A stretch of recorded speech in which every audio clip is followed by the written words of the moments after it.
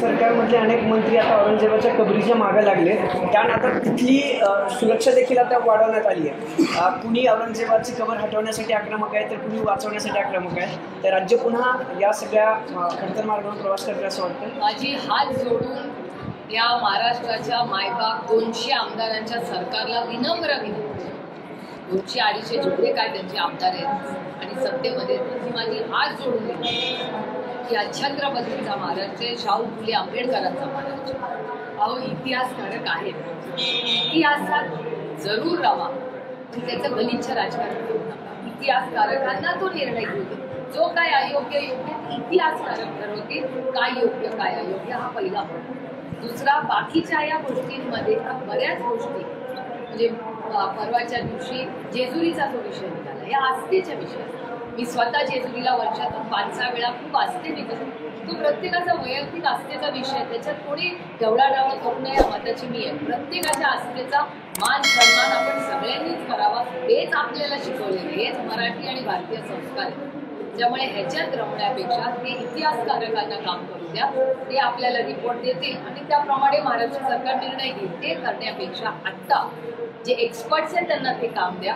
आत्ता आपण आणि या सरकारने भारताची आणि महाराष्ट्राची इकॉनॉमी, महागाई, बेरोजगारी, भ्रष्टाचार, टॅरिफवर होणारा इम्पॅक्ट, शेतकऱ्यांच्या आत्महत्या, शिक्षकांच्या आत्महत्या, शिक्षण, ह्या सगळ्यावर काम करणं गरजेचं आणि याच्यासाठीच तर निवडून दिलंय.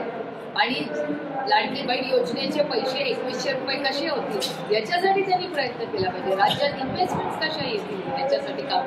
पण ज्या पद्धतीने महाराष्ट्रात क्राईम आणि एक्स्टॉर्शन वाढतंय, कशा गोष्टी चालणार आहेत या राज्यात? रोज एक्स्टॉर्शनच्या केसेस या राज्यात सगळीकडे तुमच्या चॅनल्सवर वर्तमानपत्रात येतात. कशा इन्व्हेस्टमेंट्स येतील या राज्यात? माझं मत तुम्हाला सांगते, माझं मत आहे की इतिहासकारकांनी इतिहासाचा अभ्यास करावा आणि आपल्या राज्याला डायरेक्शन द्यावी. मी स्वतः नेहमी, मी माझ्या सगळे प्रेस कॉन्फरन्सेस, माझी भाषणं सगळं काढून, मला इतिहासावर भयंकर प्रेम आहे. ते इतिहास चालू राहावा, त्याच्यासाठी ASI आहे. ASI आजकाल ISIवर पण मीडियामधून आरोप होत आहे. कॅरव्हॅन नावाच्या मॅगझिननी इतिहासावर ASIवर खूप मोठी स्टोरी केली. त्याच्यानंतर आउटलुक मॅगझिननी केली, आताही मागच्या आठवड्यात एक आलेली आहे, मला वाटतं मी तेव्हा कशा.